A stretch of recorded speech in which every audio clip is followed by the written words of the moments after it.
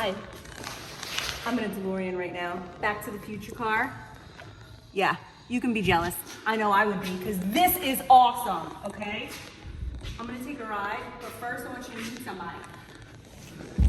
Hey, what are you doing in my car? I'm going back to the future. Sweet, can I go with you? No. I just came back from, what if I give you my cool hoverboard? Okay, that I'll make a deal for. All right, cool. I'll give you my hoverboard after you take me into the future. Okay, where are we going? I don't know, you want to go, last time we just came from New Year's in 1985. That was awesome. Okay, so let's try, okay, we're gonna go to July 4th, 1987 at, let's do 2 o'clock's a good time for a barbecue, right? Absolutely, I'm hungry. Okay, we're going. Got it. All right, awesome. Cool. You ready to go? I'm ready to go. You ready? I'm ready to Let's start. go. Let's go. Oh crap, we're out of plutonium. No! Oh. All right, so hi everybody. This is John, and Hi. he built this time machine. So, John, first off, how long did this take you to make? It took about a year. Really? Of raw fabrication. The original initial build took a year. So you got the car just plain DeLorean as was, and you put every little last detail from Back to the Future in here. Correct, but I actually got this car in junkyard condition. So I restored the entire DeLorean, including putting a new frame under it. Oh wow, okay. And then I enjoyed it for a couple years before finally succumbing to the wishes of my 6-year-old son to turn it into a time machine. It was his idea. Yes, All right, well, you got to give credit where credit is due. Yeah, Evan's a rock star, and Awesome. it's his fault. That's his fault. I think that's fantastic. Evan's a man after my own heart. Absolutely. Okay, so once you had it restored and you decided to recreate the time machine, where'd you start? Amazon. No, seriously, I went on Amazon and I ordered a bunch of stuff that a couple friends of mine told me were like close, like including some of these little buttons and stuff on the steering wheel. Like, oh, go, you can get that stuff. And then after I spent, I don't know, $500 on stuff from Amazon, I realized that everything I bought was wrong by a little tiny bit. No. And it bothered me. And then the obsession began, and I started realizing, no, that's unacceptable. I need to have every single wire, every single thing, every single electronic. Everything has to be exactly correct. Even the clock has to be right. Everything has to be 100% right. And that's what turned into a years-long and continuing obsession to make this car exactly Back to the Future. You sought perfection, but you know what? It paid off because this thing is incredible. Absolutely incredible. Every last little thing. So how... Even the glass, even in the flux capacitor, the glass relays are the real glass relays.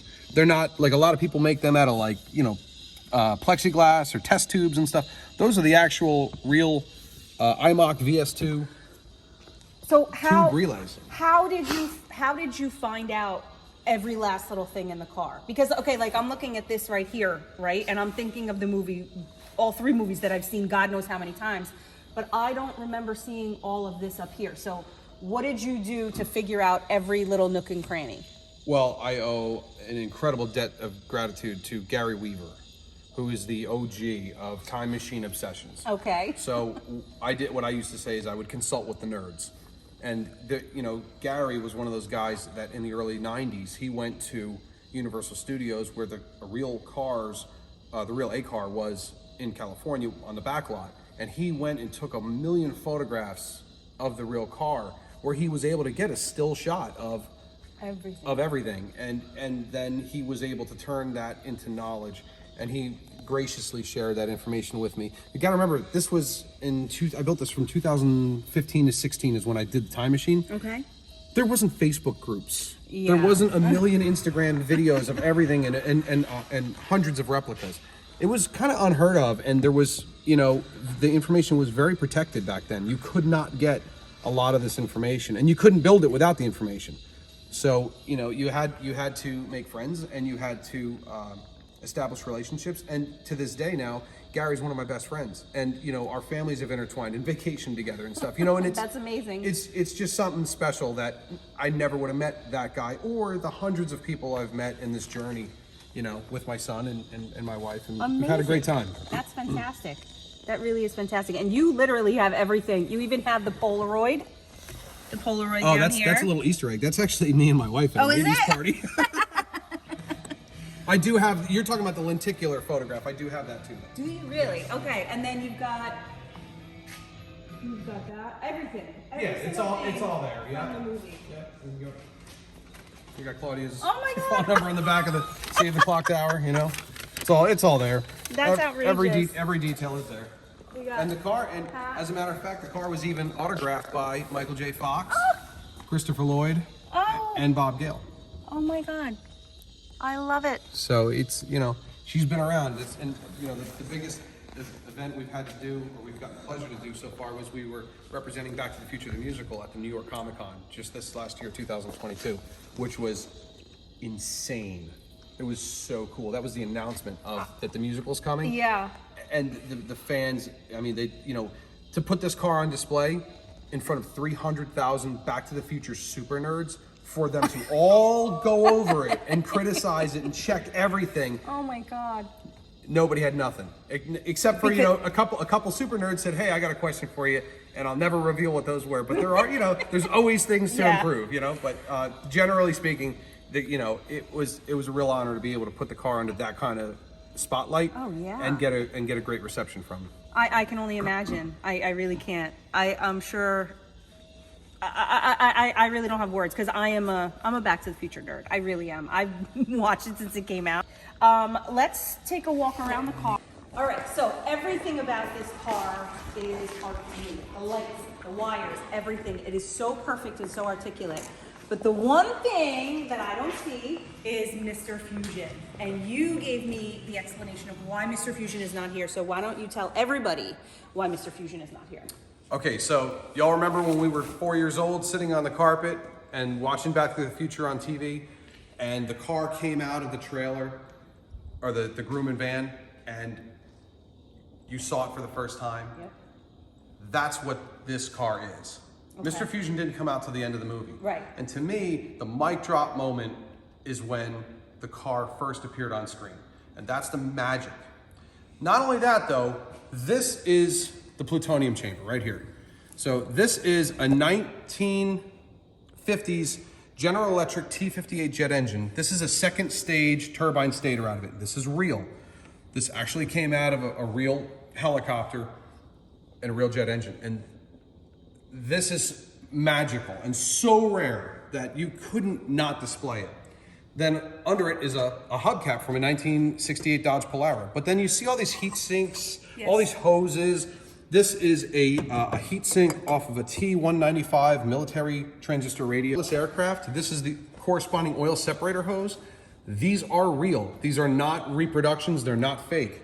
The hose is genuine. The tanks are genuine. This is genuine. The janitrol tank came out of a Cessna. That's real. The silicone hose was dated to of 1968. That is real. That came off of a Sikorsky helicopter as well. It's all genuine. I didn't want to, you know, you can make this stuff out of fiberglass resin, and there's a lot of people out there now making this stuff 3D printed. And I'm sorry, if you're building a time machine or any movie car and you're 3D printing parts, you're cheating. Stop doing that. Stop doing that. Just go get the real parts. Stop 3D printing stuff. You're cheating. It's too easy. So when you put Mr. Fusion on these cars, you have to take all that off and you cover it with just an aluminum plate that just has an aluminum plate that comes down here and it's perfectly flat, and you put a coffee grinder on top of it. And I know Mr. Fusion is iconic, but when you're a fabricator and you're a builder, it's too easy. It's a cop-out. This is magic. I built a freaking plutonium chamber here, okay? I built a nuclear reactor. And you want me to put a coffee grinder on the car? I didn't know. Now, actually, I also didn't know in the movie that this was gone when Mr. Fusion was there. I thought it was just something that was put right here. Right, and a lot, who would know? Unless you've studied the car, right. I wouldn't expect you to know it. But when you do go home and you Google some images of Mr. Fusion and whatnot, or Back to the Time Machine, you're gonna see it's just a silver aluminum plate that covers this whole area and comes straight down here. You don't see any of this magic. Wow. So, John, what do you do with this car? Does it just sit in your garage? Do you take pictures of it? What happens with this car? Not at all. As a matter of fact, the car never even sits in the garage. It actually lives in an enclosed trailer because I'm so frequently taking it out. We do corporate events, we do birthdays, we do weddings, bar mitzvahs, we do events for the musical, we do events, commercials and rap videos and music videos and photo shoots, and sometimes Instagram celebrities show up and they want to take some pictures with the car. Well, like who? Yeah, I don't know. Yeah. So we're constantly on the move, and it's turned into something that is almost a full-time job, and I couldn't be happier to be able to represent this and meet so many people and go to so many events and make so many new friends. Now, how did you get into the rentals? I mean, because you built this, it was your son's idea, basically, okay? So once it was done and complete and everything, what gave you the idea to share it? I did a wedding for a high school friend of mine, and it was such an insane hit. We had the car on display at his cocktail hour, and Really? yeah, and we realized that there's something going on here. Yeah, there's people are going to want this. That's fantastic. So I've since I've hooked up with different agents around the country and whatnot, and I got to owe a lot of shout out to Jason at DeloreanRental, especially for hooking us up. But at the same time, he's gotten me a lot of events, and we work together now for years, and we're having a lot of fun. So Okay, so if somebody is interested, if somebody's watching right now and they say, hey, I want that, where do they go? Who do they contact? DeloreanRental.com. Yeah, contact Jason at DeloreanRental.com. He'll put you in touch with me, or wherever you are in the country.